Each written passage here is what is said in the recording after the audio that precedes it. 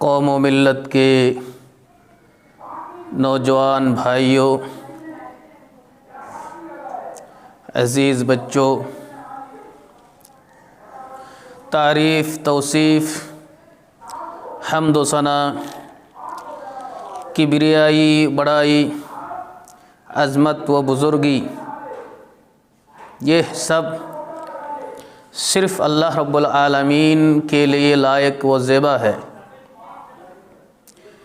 بے شمار درود و سلام ہو اس ہستی مقدس پر جن کا نام نامی، اسم گرامی جناب محمد الرسول اللہ صلی اللہ علیہ وسلم ہے۔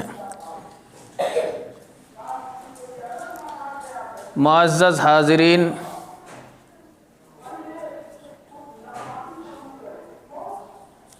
آج ہر شخص پریشان ہے، چاہے مسلم ہو یا غیر مسلم،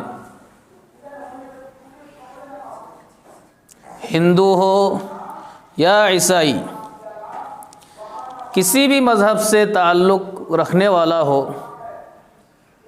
عموماً ہر شخص آج پریشان ہے، سکون نہیں ہے، امن و امان نہیں ہے۔ اللہ رب العالمین نے اس دین کو نازل کیا آخری نبی جناب محمد الرسول اللہ صلی اللہ علیہ وسلم پر، اور یہ دین امن و امان کا دین ہے، امن و شانتی کا دین ہے۔ اس دین میں کہیں پر بھی بے قراری نہیں ہے،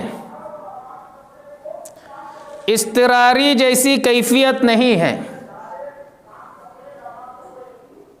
سکون ہی سکون ہے۔ کہیں پر بھی کسی قسم کا کوئی خوف نہیں ہے، دہشت نہیں ہے، بے چینی نہیں ہے۔ اسلام کی جتنی تعلیمات ہیں، ساری تعلیمات امن و امان پر مبنی ہے۔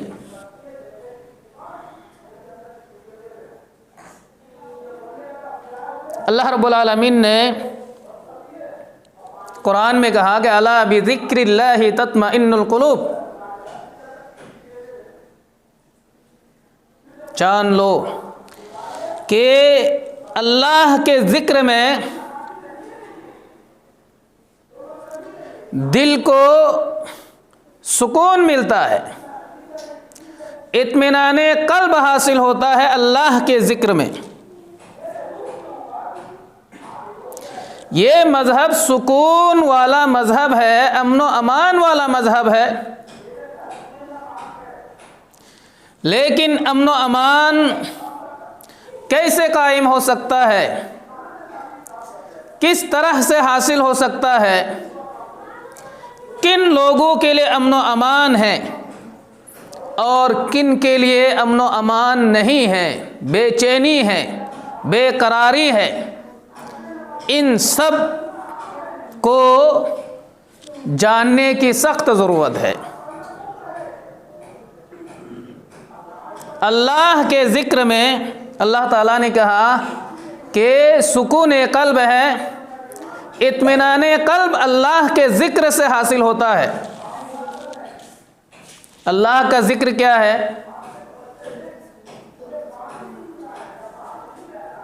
اللہ کا ذکر کیا ہے؟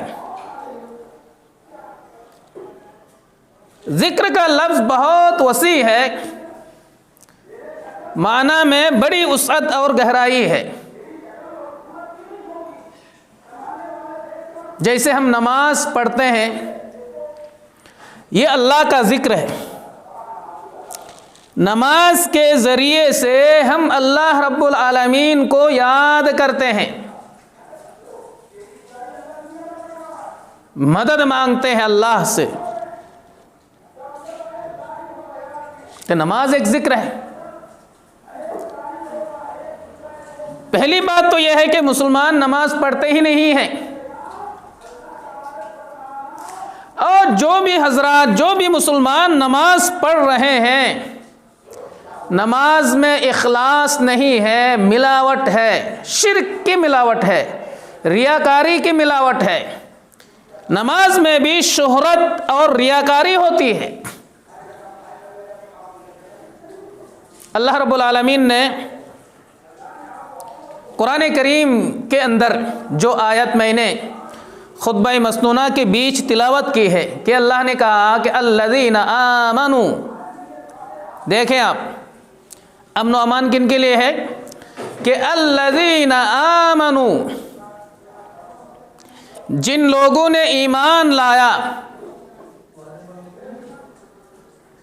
پہلی شرط یہ ہے امن و امان کے لیے، سکون قلب کے لیے،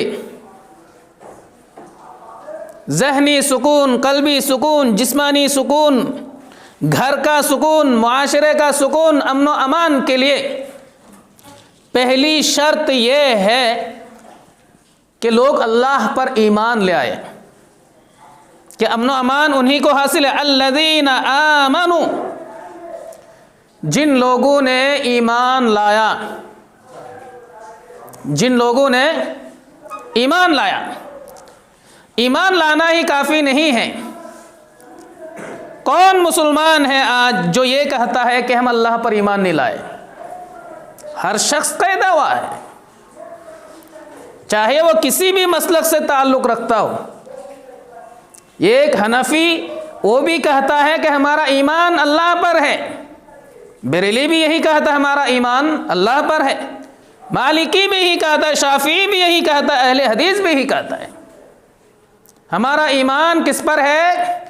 اللہ پر ہے۔ اقرار میں کوئی اختلاف ہے نہیں، ہر شخص اقرار کرتا ہے، اعتراف کرتا ہے، ہم اللہ پر ایمان لاتے ہیں، ہمارا ایمان اللہ پر ہے، ہم اللہ کو مانتے ہیں۔ یہ تو ہم اقرار کر لیتے ہیں، زبانی اقرار ضرور کرتے ہیں، لیکن اللہ نے کیا کہا؟ ایمان کے ساتھ، آپ غور کریں، آپ غور کریں، ایمان کے ساتھ الذین آمنوا، جن لوگوں نے ایمان لایا، ولم یلبسوا ایمانہم، اور اپنے ایمان کو نہیں ملایا۔ غور کرنا، وَلَمْ يَلْبِسُوا إِيمَانَهُمْ بِظُلْمٍ، اور اپنے ایمان کو ظلم کے ساتھ نہیں ملایا۔ ایسے یلبسو، لبیسا یلبسو کا معنی ہوتا ہے، یلبسو کا معنی ہوتا ہے پہننا، کپڑا پہننا۔ تو یہاں کیا ہے؟ ملانے کے معنی میں، یعنی ہم کپڑا پہنتے ہیں تو کپڑے کو جسم سے ملاتے ہیں، جسم سے کپڑا مل جاتا ہے۔ تو لفظی معنی یہ ہے کہ کپڑا پہننا، ملانا، جسم سے ملانا۔ وَلَمْ يَلْبِسُوا إِيمَانَهُمْ، اور اپنے ایمان کو نہیں ملایا،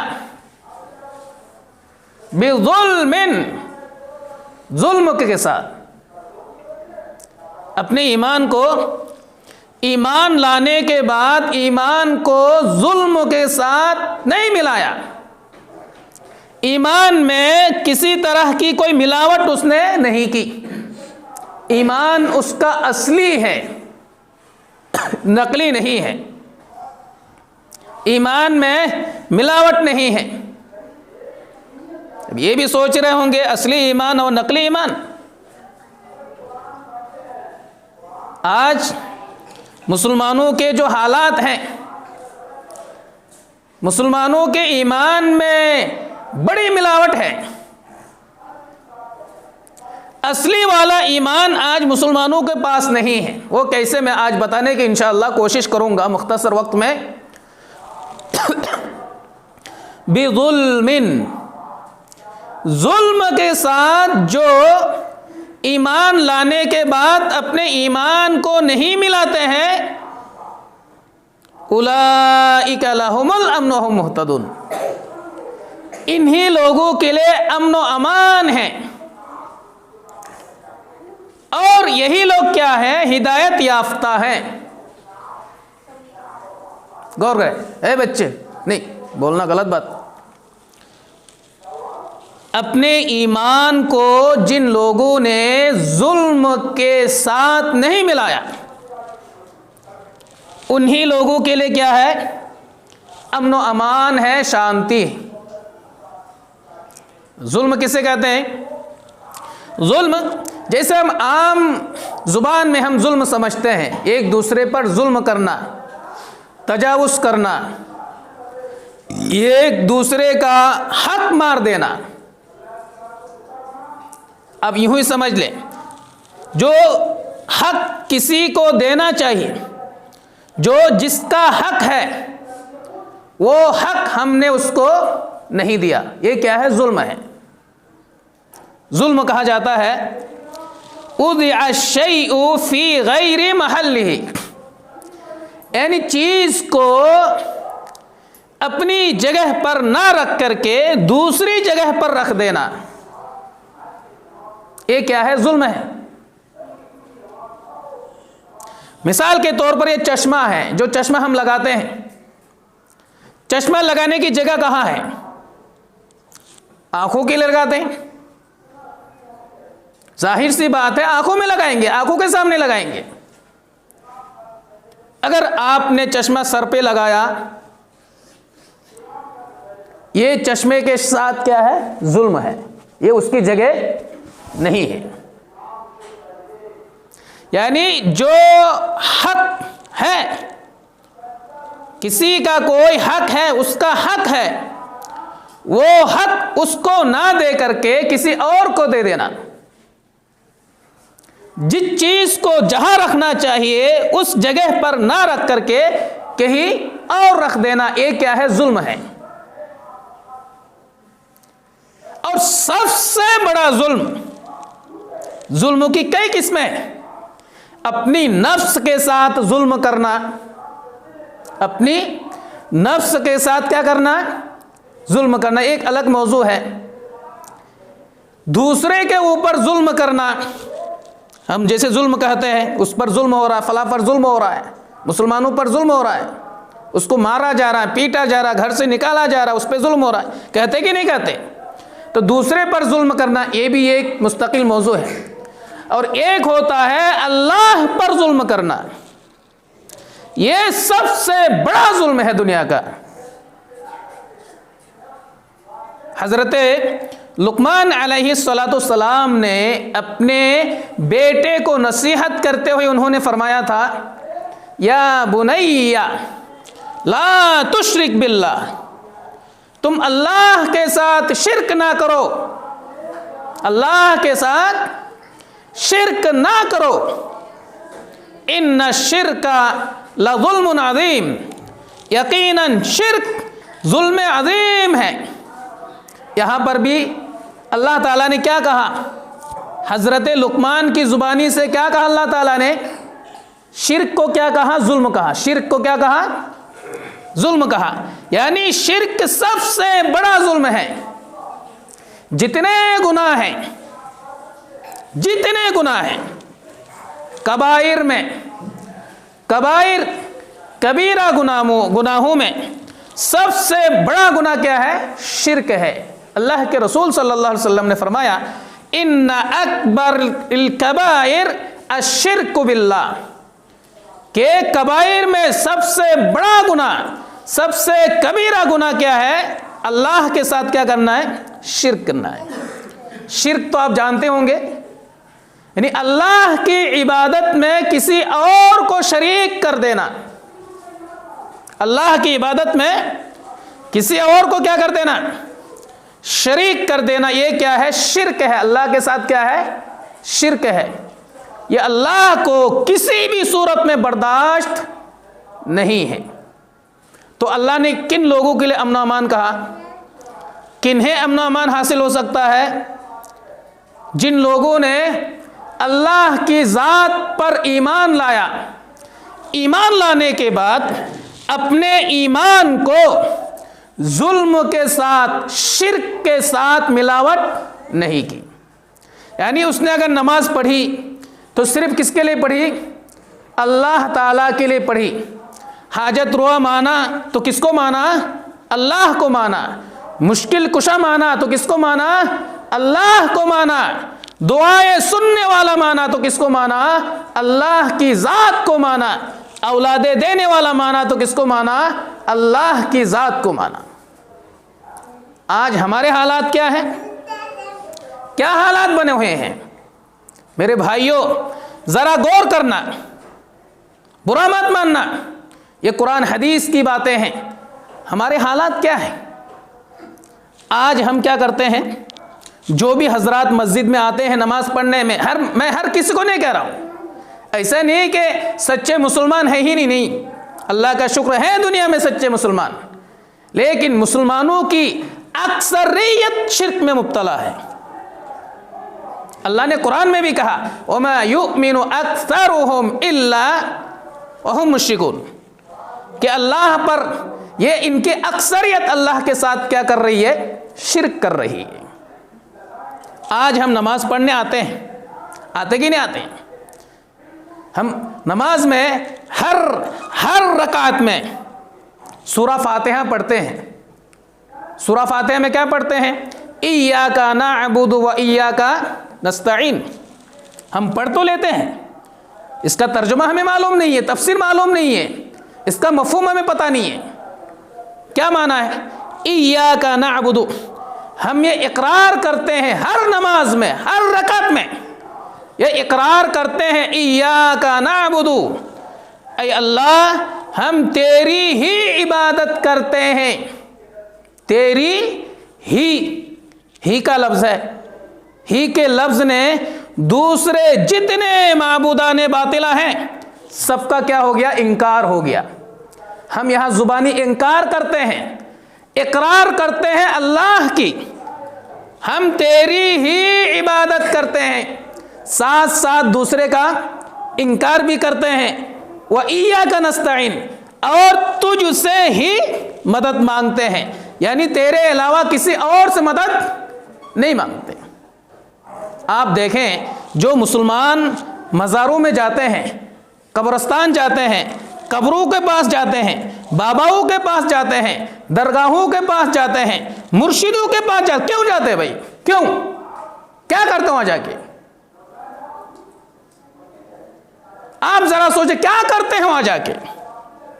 یہی نہ کرتے ہیں جو وہ بابا ہے، مرشد ہے، پیر ہے، جو مزار میں بیٹھے ہوئے ہیں، انہیں حاجت روا مانتے ہیں، مشکل کشا مانتے ہیں، ان کے سامنے جا کے دعائیں کرتے ہیں، روتے ہیں، گڑ گڑاتے ہیں، اولاد طلب کرتے ہیں۔ یہ طاقت، یہ اختیارات کس کو حاصل ہے؟ اللہ رب العالمین کو حاصل ہے۔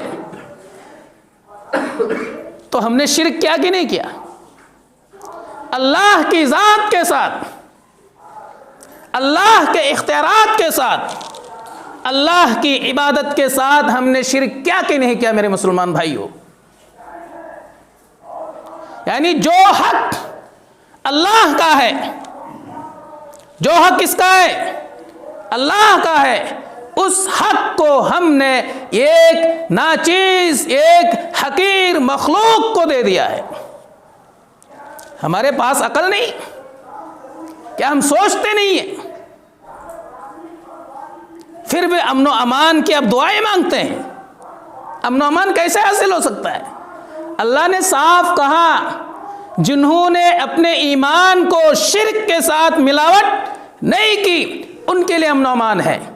اگر آپ نے اپنے ایمان کو شرک کے ساتھ ملاوٹ کی، اللہ کی عبادت میں آپ نے کسی اور کو مانا، کسی اور کو شریک کیا، کوئی بھی عبادت ہو، کسی بھی عبادت میں آپ نے کسی اور کو شریک کیا، آپ کو کسی بھی صورت میں امن و امان نہیں مل سکتا ہے۔ یہ اللہ کا اعلان ہے، یہ اللہ کا اعلان ہے۔ آپ ذرا سوچیں ذرا آپ، ایک رام ہے جو کسی مورتی کو پوجتا ہے، مورتی بنا کر اسی کو اپنا معبود مانتا ہے، اسی کو پوجتا ہے، اس کی عبادت کر رہا ہے، اسی کو حاجت روا مشکل جو بھی ہے اس کا عقیدہ ہے یہ میرا کیا ہے، رب ہے، پوج رہا ہے، عبادت کر رہا ہے۔ ہم کیا کہتے ہیں؟ یہ کافر ہے۔ کیا کہتے ہیں؟ یہ کافر ہے، یہ مشرک ہے، یہ بتوں کی عبادت کر رہا ہے۔ کیوں؟ اس کا نام رام ہے اسی لیے نا۔ اور یہ ایک عبد الرحمن ہے، عبداللہ ہے، وہ کسی قبر کے پاس جا کر جو اس میں مدفون ہے، جس کے اندر جان نہیں ہے، روح نہیں ہے، جو بول نہیں سکتا، جو سن نہیں سکتا، جس کے پاس کوئی طاقت نہیں ہے، کوئی اختیار نہیں ہے، اس کو ہم کیا مان رہے ہیں؟ یہ حاجت روا ہے، مشکل کشا ہے، یہ ہماری دعاؤں کو سننے والا ہے، ہماری حاجتوں کو پورا کرنے والا ہے، یہ اولاد دینے والا ہے۔ ہم اس کو کیا کہتے ہیں؟ پکے سچے مسلمان ہیں۔ کیوں؟ اس کا نام عبداللہ ہے، اس کا نام عبد الرحمن ہے۔ ارے دونوں اعمال میں فرق کیا ہے؟ ایک رام جو کسی بت کی عبادت کر رہا ہے، اس کو اپنا معبود مان رہا ہے، اس سے دعائیں کر رہا ہے، اور ایک عبداللہ قبر میں جا کر مدفون شخص سے دعائیں مانگ رہا ہے۔ دونوں میں عمل کے اعتبار سے عملاً دونوں میں کیا فرق ہے؟ کوئی فرق ہے؟ بولو، کوئی فرق ہے؟ ارے ان ناموں سے کیا ہونے والا ہے؟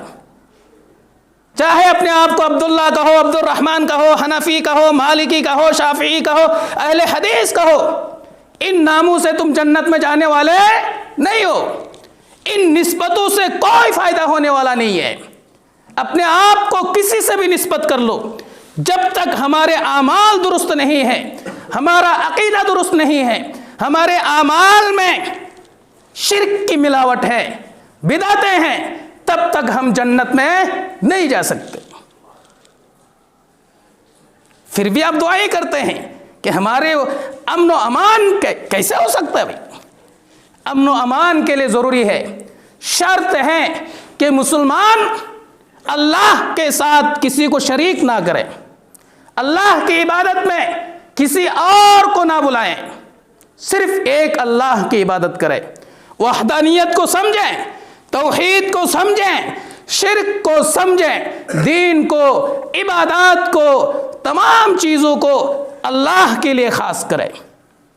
یقیناً آپ کو امن و امان ضرور حاصل ہوگا۔ اور بھی بہت ساری چیزیں ہیں، ٹائم ختم ہو چکا ہے۔ اللہ رب العالمین سے دعا ہے کہ اللہ رب العالمین ہمیں قرآن و حدیث کو فہم سلف پر سمجھنے کی توفیق عطا فرمائے، توحید کو سمجھنے کی توفیق عطا فرمائے، شرک سے توبہ کرنے کی توفیق عطا فرمائے، تمام عبادات کو اللہ رب العالمین کے لیے خاص کرنے کی توفیق عطا فرمائے۔ آمین رب العالمین، وما علینا الا البلاغ۔